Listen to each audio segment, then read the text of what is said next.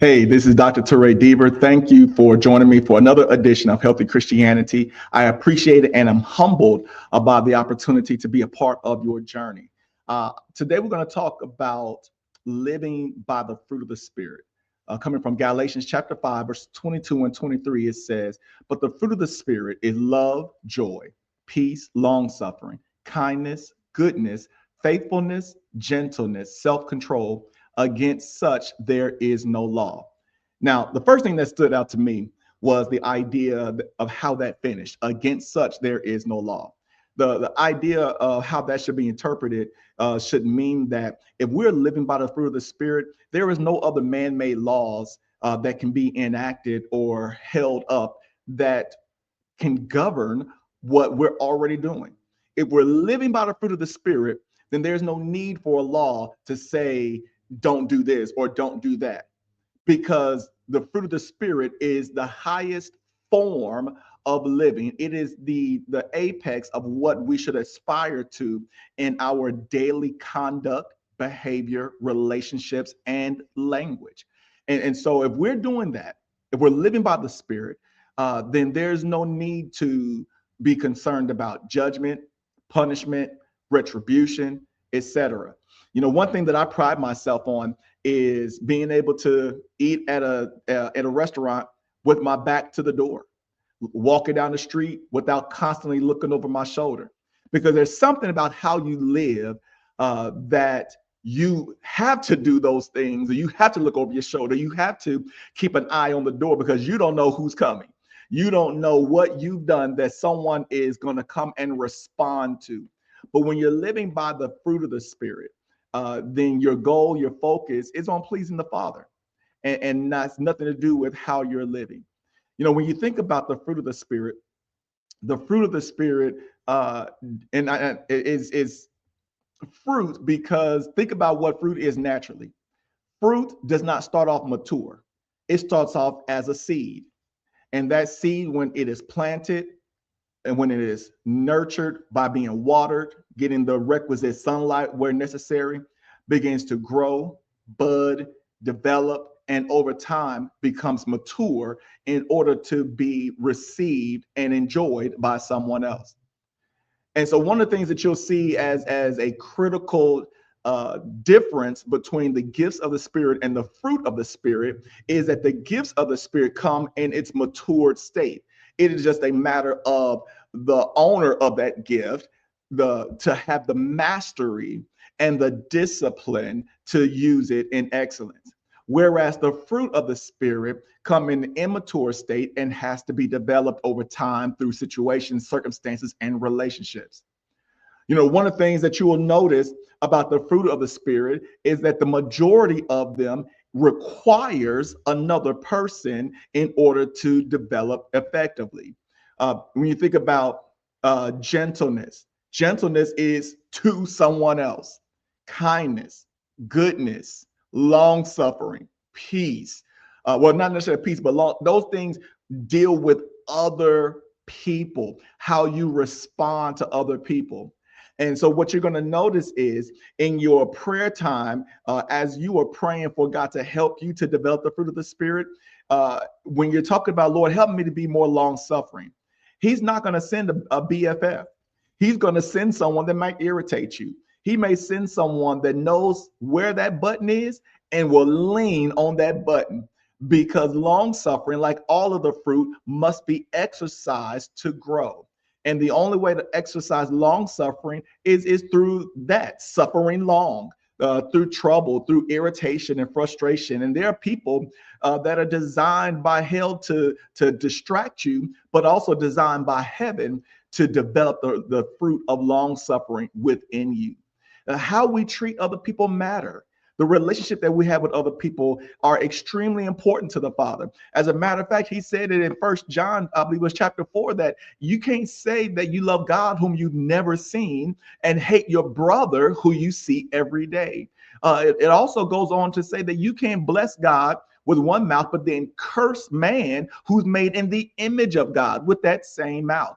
You're going to notice throughout the Bible a clear relationship, connecting of the dots, mind you, between how we say we relate to God, how we feel about God, and the evidence of that being demonstrated in how we relate and deal with other people. And so it is in the fruit of the Spirit that God uses other people to develop that. Now, why is that important? That's important because, we're in a day and time where we've been hurt, we've been traumatized by past relationships. And so now that we're older, now that we're wiser, our goal then becomes less of the development of the fruit of the Spirit, less of doing God's will, and more of self preservation. There's something about when you've been hurt where it begins to shuffle your priorities, where serving God would be number one and doing God's will number one. Now it becomes, let me make sure that I protect my peace. Let me make sure that me and my house, that we're good. And the reality is not to say that you can't have one without the other, but it is a way of demonstrating your faith in God to say, I'm going to continue in the assignment. I'm going to continue to be around the people and not lead people necessarily that don't like me or they don't agree with me or hurt my feelings, because I trust that as I am faithful doing what you called me to do, where you called me to do it, when and how you called me to do it, that you, Lord, will protect me, that you will keep me, that you will be my peace, that you will be my joy. And so what you see is that these fruit work together. They work together. You'll have some that will argue with you to say, well, there's only one fruit, and that fruit is love. And they stand by that because of the singular tense of the word is. That is a singular tense verb. And so it does not make sense to use a singular tense verb is and then use a list of 9 fruit. The fruit of the Spirit is love, but then that love is the accumulation of all these other things. Now, listen, I'm not here to argue with your etymology. I'm not here to argue with your literacy. I will suggest, however, that information, that thought process is exclusively an English literary term and argument. And the only fault in that is that the Bible is not a book that was written in English. It was translated in English. And so this is one of a few times where you will see that God uses the word is in a plural stance. That's a whole nother lesson.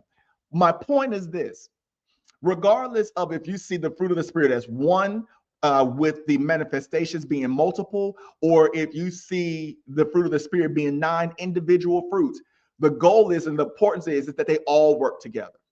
If we're going to be mature, we can't be mature in love, but then immature in self-control. We can't be mature in gentleness, but then immature in faithfulness.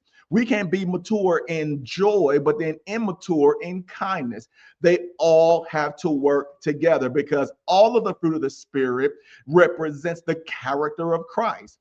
And so if it represents the character of Christ, then it should be the goal of every Christian to maximize every expression, every character trait, every place of conduct and behavior that defines who Christ is. And so the reality is that if we are going to be people that are going to be welcome into the kingdom, it's going to be because of the mature fruit. It's not going to be because of the gifts. God does not need the gifts of the Spirit in heaven.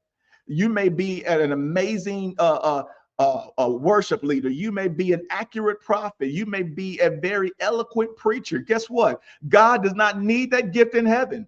Only thing you see that's happening in heaven is worship.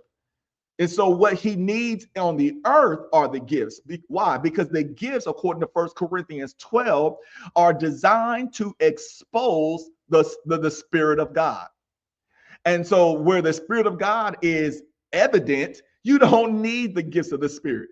And so what you're going to need to make it into heaven is not the activation and the fulfillment of every gift assignment, but it is the development and the relational awareness and the walking out in intimacy of the fruit of the Spirit. I believe that when we're standing before Christ in a time of judgment, that's what he's looking for. Yes, he's going to look at everything that we've done, everything that we've said. He absolutely will judge every act.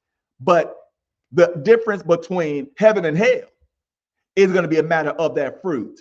Now, the crowns that you may have versus the lack of crowns will be a matter of your evidence. All right. We see that in Corinthians, where he says everything will be tried by fire, and those things that are burned up will not remain, yet you will be saved as by fire. I believe he is drawing a distinction between our activities in the name of Jesus versus our walking with Jesus. It's important. Both of them are needed. All of it is needed, but there is a preference that we prioritize our relationship and then allow the gifts to be the outworking or the byproduct of a healthy relationship with Christ. And so what we see is in the fruit of the Spirit is the character of who Christ wants us to be. When you study the Gospels, you will see this evident in how he relates to God the Father first, but then also to everyone he encounters on his journey secondly. And it's the same thing with us. Where are you lacking?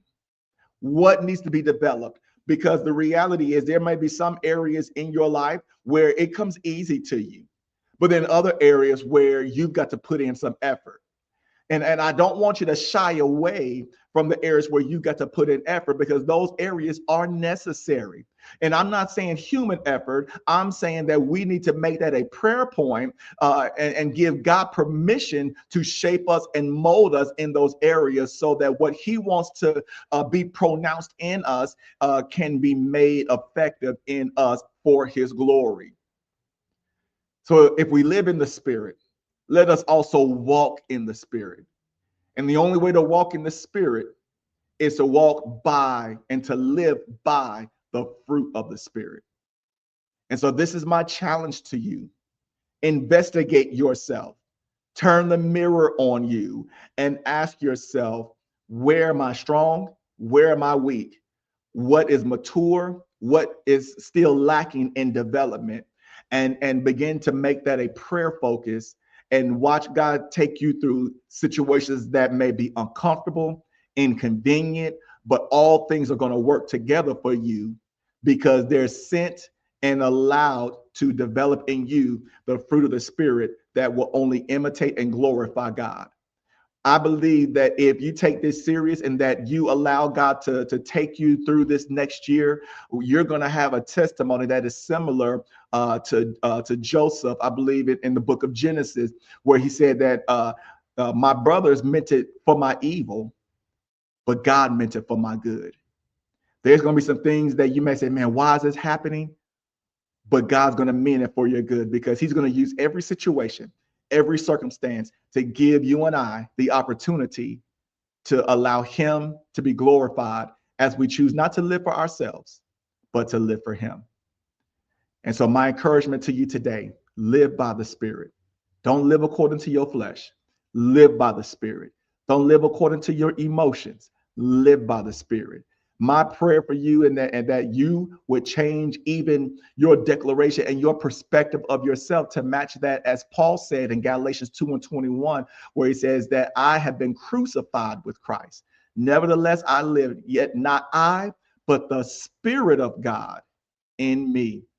So let the Spirit live and walk by the Spirit of God. Live by the fruit of the Spirit, and he will be glorified. Listen, this is my time. If you haven't yet, do me a favor, subscribe, share, like, comment. I would love to hear from you, and your help would, take this message as far as it can go.